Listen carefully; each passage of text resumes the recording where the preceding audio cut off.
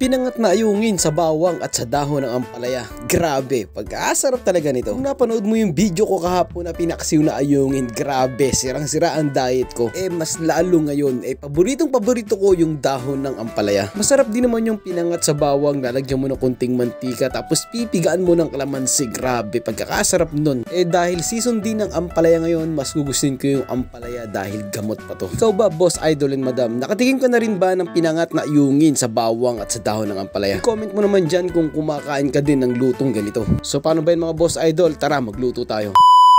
Huwag na natin patagalin pa, ilagay na natin yung sariwang ayungin na huli pa natin kanina lang. Rekta na sa kasirola at huwag mo nang iisipin pa kung magda-diet ka pa ngayon. Dahil sa oras na to, wala kang iisipin kung may mauubusan ka ng sinaing. Maglagay na tayo ng bawang na kinakatakutan ng aswang mong kapitbahay. Tapos lagyan mo ng asin, ewan ko na lang kung sila'y hindi pa tatamaan. At betchin na pampalasa na galing pa kay Aling Maring. At inipong tubig ulan, itong unang ulan nitong nakaraang buwan. Buksan ang super kalan at iyong isalang ang kasirola lang ayungin ang laman. Ay grabe, kapag ito ang yung ulam, baka sabihin mo pwede ka nang magpaalam. Pero bago yun mga boss idol and madam, shoutout muna tayo. Shoutout kay Boss Camilo Dong Jarquio Jr. ng Cardona Rizal, Look.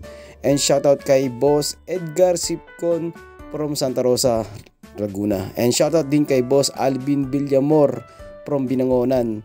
And shoutout din kay Jojo Rangel Sitio Balayong, Cardona Rizal. And shoutout din po kay Hepeng Agimat. Shoutout Kabuyaw, Laguna, tabing Laguna Lake. And shoutout din po kay Boss William Aragon at sa Aragon Family, Mambog, Binangonan, Rizal.